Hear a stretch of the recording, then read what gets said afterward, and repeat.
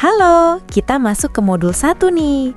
Bayangkan ada dua kekuatan besar, PT Didin dan PT Rama, yang memutuskan buat bersatu dalam penggabungan usaha atau business combination. Di sini kita bakal bedah gimana serunya mengelola investasi saham supaya bisnis mereka makin raksasa dan menguntungkan di masa depan. Setelah tadi kita melihat sekilas tentang penggabungan usaha, sekarang mari kita bahas situasi unik saat PT Didin atau investor membeli 30% saham PT Rama atau Investi. Bayangkan kita membeli saham seharga 5 juta rupiah. Tapi ternyata nilai buku atau book value ekuitas PT Rama lebih rendah dari itu. Kenapa kita mau bayar lebih mahal atau membayar premium? Alasannya, karena aset PT Rama sebenarnya sangat bagus atau undervalued, namun belum tercatat sebesar nilai pasar di pembukuan mereka. Dalam akuntansi metode ekuitas atau equity method, selisih bayar ini tidak boleh hilang begitu saja. Mekanismenya, kelebihan bayar ini harus dialokasikan ke aset terkait, lalu diamortisasi. Dampaknya, beban amortisasi ini akan bertindak sebagai pengurang laba investasi atau investment income kita secara periodik. Jadi nilai investasi kita tetap mencerminkan nilai wajar dan bukan hanya nilai buku saja. Menarik banget kan perhitungannya? Yuk kita lanjut ke bagian selanjutnya untuk melihat bagaimana rincian angka tersebut dialokasikan ke dalam aset-aset yang ada. Setelah kita memahami alasan dibalik pembayaran harga yang lebih mahal atau premium pada slide sebelumnya, mari kita lihat lebih dalam mengenai bagaimana rincian angka tersebut dialokasikan ke dalam aset-aset yang ada. Bayangkan kita sedang membedah daftar belanjaan untuk membandingkan antara catatan lama di buku, yaitu nilai buku atau book value, dengan harga pasar yang sebenarnya, yaitu nilai wajar atau fair value. Sebagai pemilik 30% saham PT Rama, fokus utama kita sekarang adalah melakukan alokasi selisih yang nantinya akan kita hapus bukukan secara bertahap atau diamortisasi. Coba perhatikan tabel selisih asetnya. Ada beberapa barang yang nilainya ternyata lebih tinggi di pasar, seperti persediaan atau inventory yang punya selisih positif sebesar Rp300.000 karena dianggap akan langsung terjual habis tahun ini, sehingga diamortisasi penuh 100%. Lalu ada peralatan atau equipment dengan selisih paling besar, yaitu Rp900.000 yang akan kita susutkan atau depresiasi perlahan selama 20 tahun ke depan.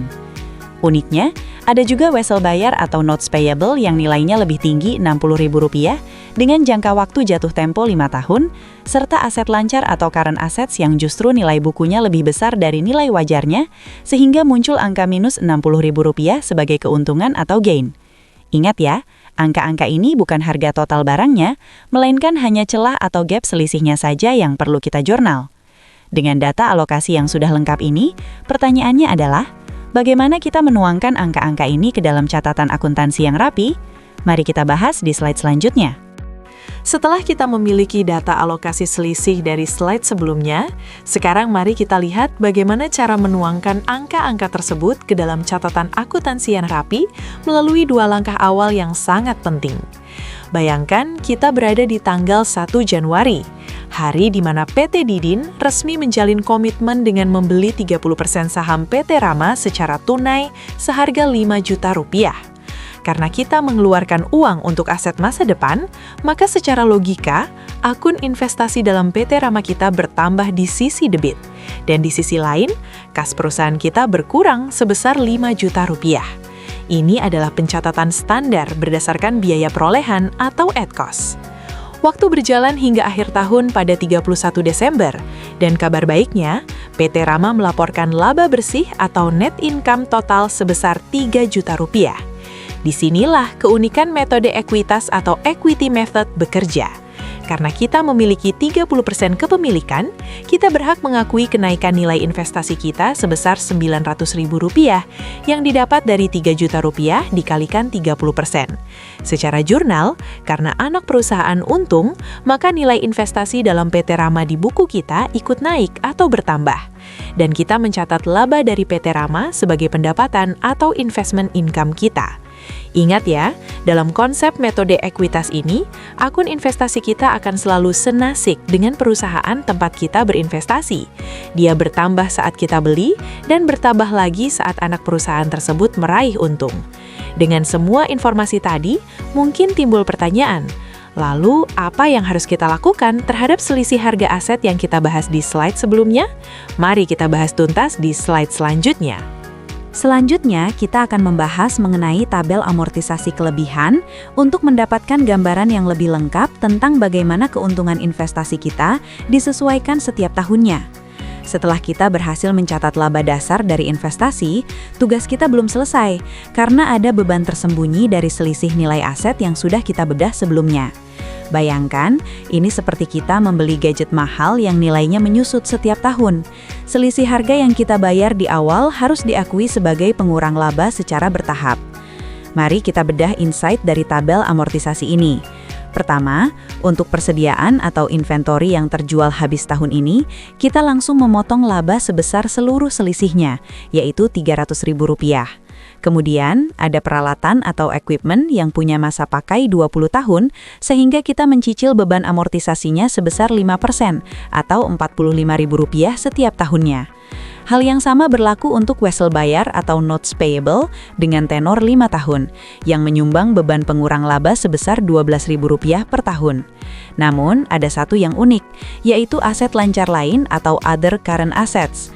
Karena aset ini ternyata dinilai terlalu tinggi atau overvalued saat akuisisi, realisasinya justru memberikan kabar baik berupa penambahan laba investasi sebesar Rp60.000.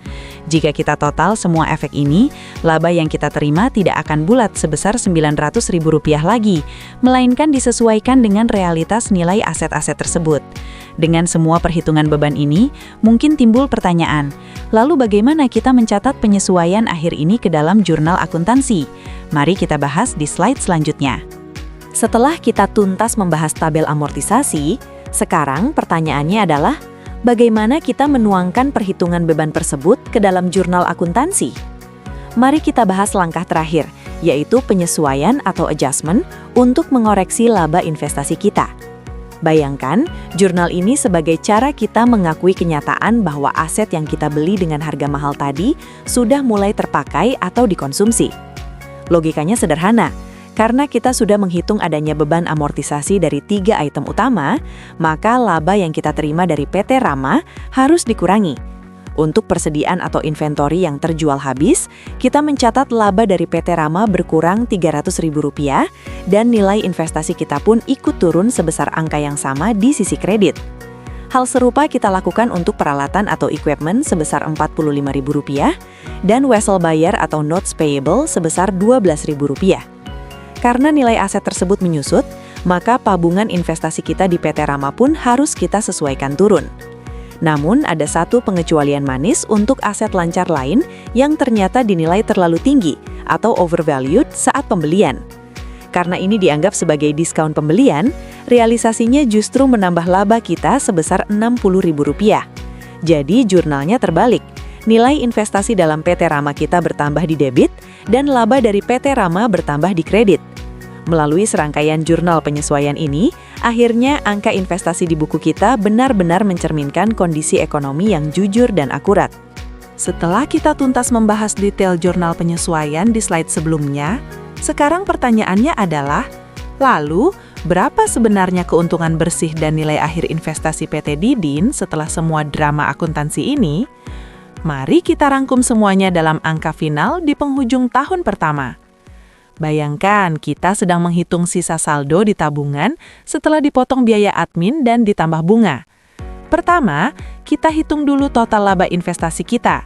Kita mulai dengan laba dasar atau basic profit sebesar Rp900.000. Lalu kita kurangi dengan beban amortisasi persediaan sebesar Rp300.000, peralatan sebesar Rp45.000, dan wesel bayar sebesar Rp12.000. Untungnya, ada tambahan penyesuaian aset lain sebesar Rp60.000, sehingga total laba bersih yang benar-benar menjadi hak kita adalah Rp603.000. Nah, sekarang mari kita lihat posisi saldo akhir di neraca atau balance sheet.